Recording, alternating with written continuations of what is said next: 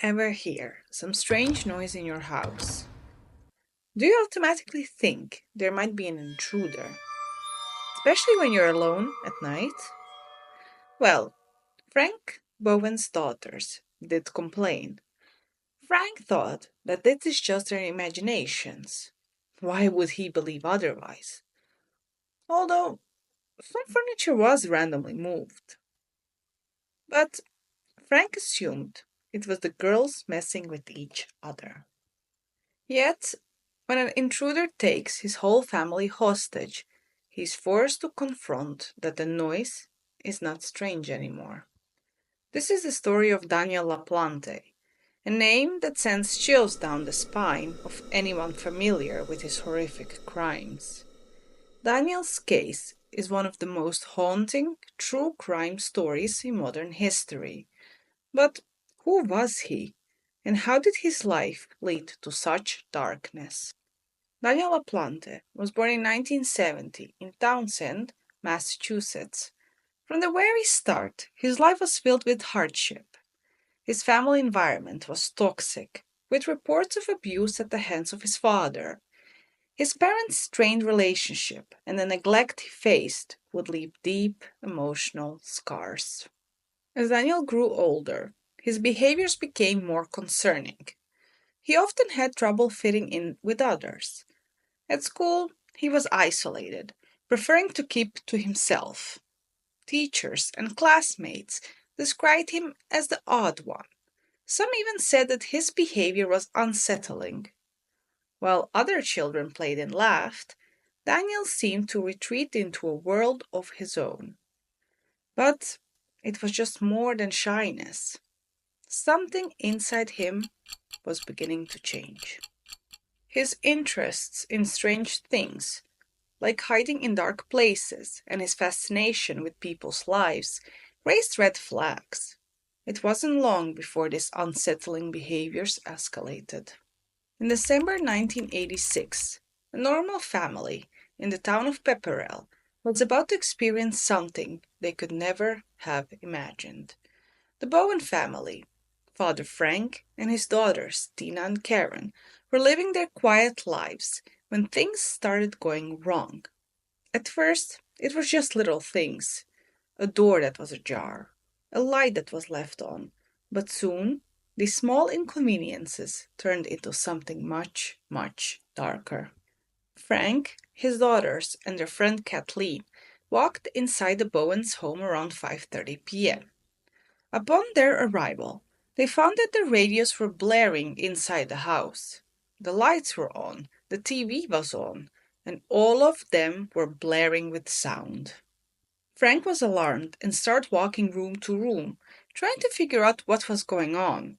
He noticed that someone used their toilet in the basement and that several things were out of place. What Frank didn't know was that a young man, Daniel La Plante, was hiding somewhere in their house. Daniel had been living inside the walls of their home. Yes, you heard that right. He had been hiding there for days, perhaps even weeks. In an instant, Frank was confronted by Daniel, who was armed with a hatchet. Panic set in. Frank tried to fight back, but Daniel overpowered him. The intruder calmly instructed Frank to get the girls and go to the bedroom. Frank yelled for the girls and stayed between them and the men as they were ushered down the hallway. Before the intruder could follow the Bowens into the bedroom, Frank slammed the door and wedged it shut. He was trying to make a plan, trying to figure out how to save the children and himself from the intruder's unknown plot, trying to calm the girls down. When Tina became so upset, she hoisted open the bedroom window and jumped out of it, despite her father's desperate pleas against it. Tina ran to the neighbors, and they called the police. Sitting next door at the neighbor's home with the police, Tina gave them two phone numbers for the house, and officers tried them both, but the calls just kept ringing, ringing, and ringing, without any answer. So officers began to surround the Bowen home, planning their next steps to rescue the hostages inside. Moments later, officers noticed a flicker of light and movement in a second floor bedroom.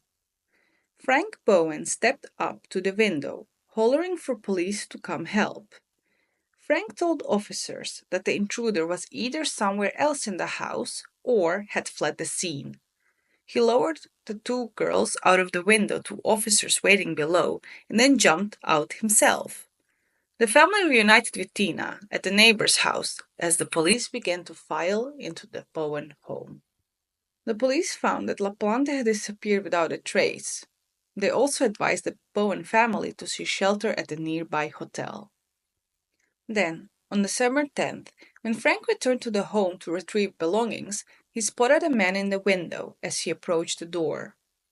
According to the Celtic Sentinel, Officer Stephen Besançon reported to the scene where a menacing message had been left for the Bowens. When Officer Stephen opened the doors, on the right hand wall he saw a knife sticking out. And he saw a picture. What was written on the picture was truly disturbing. La Plante wrote, "I'm still here. Come and find me." After the terrifying encounter with the La Plante, the Bowen family was left in a state of shock. What they didn't know was that Daniel had been watching them for weeks, hiding in their attic and sneaking around the house. He would climb through hidden spaces, listening to their conversations, watching their every move. Daniel La Plante was living out a twisted fantasy, observing the family from the shadows, waiting for the right moment to strike. But the scariest discovery came when the Bowens, trying to make sense of what was happening, found a secret passageway behind a false wall in their house. Behind that wall, they discovered a makeshift camp where Daniel had been hiding. Clothes, food wrappers, and other items were left in that area. It was then that they realized the full extent of the horror. For weeks, Daniel La Plante had been living under their roof without them knowing, silently stalking them like prey. After the Bowens family ordeal, he was arrested, but soon released on bail. His time outside of prison was brief. On December 1st, 1987, just a year after his attack on the Bowens, La Plante broke into a home of another family, the Gustafsons. The family lived a quiet life, unaware that a dangerous and calculating intruder was about to tear their world apart. The Gustafsons were a seemingly ordinary family. Priscilla, the mother, was a caring and dedicated parent. She had two young children, Abigail, who was 7, and William, who was 5. Priscilla's life revolved around her kids, and she was loved by friends and neighbors alike. There was nothing about her family's life that would suggest that they were anything other than a picture of a suburban tranquility. But La Plante was already inside their home, hidden in the shadows, waiting. He had been stalking the family for days.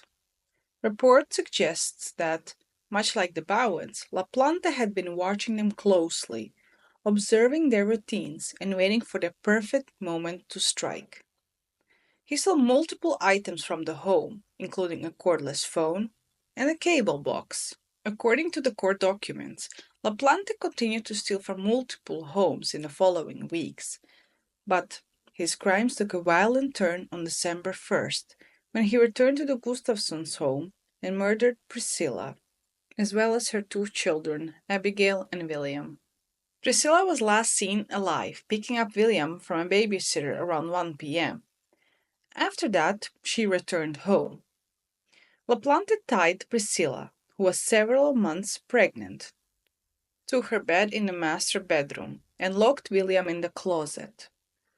He then raped Priscilla before shooting her twice in the head with a gun stolen from his neighbor. After murdering Priscilla, La Plante drowned William in the upstairs bathtub and set out to leave the home. But Abigail returned from school around that time. Per court records, he drowned Abigail, who also suffered blunt force trauma in the downstairs bathroom. What made the crime even more horrifying was the sense that this was not an impulsive act. Daniel La Plante had been planning this for some time. His chilling acts of violence weren't out of some momentary rage or panic. They were methodical and deliberate. He knew exactly what he was doing, and the horror of it all would become clear when investigators pieced together the events that led to that fateful night. Andrew Gustafson called the police when he came home from work around 5:30 p.m. that evening, at which point he found Priscilla's body in the master bedroom. According to court documents, LaPlante was easily implicated in the scheme, using forensic evidence. Police even found the shirt and gloves he wore to drown the children in the woods behind the Gustafson's house, still wet. LaPlante was questioned by police about 2 days after the murders, but at the time there was not enough evidence to arrest him. The police planned to return the following day, but LaPlante fled. After another burglary spree in Pepperell, LaPlante was found hiding in a dumpster and arrested on the evening of December 3, 1987. LaPlante went on trial for the Gustafson murders in October 1988, and a jury found him guilty of murder. He was convicted on 3 life sentences. His defense tried to argue that he was mentally ill, but the details of the crime were so horrific that it was impossible for anyone to believe he acted out of anything but pure malice. In 2017, LaPlante appealed for a reduced sentence, but the judge found that he was not remorseful for his crimes. Instead, the judge affirmed LaPlante's sentence of 3 consecutive terms of life imprisonment.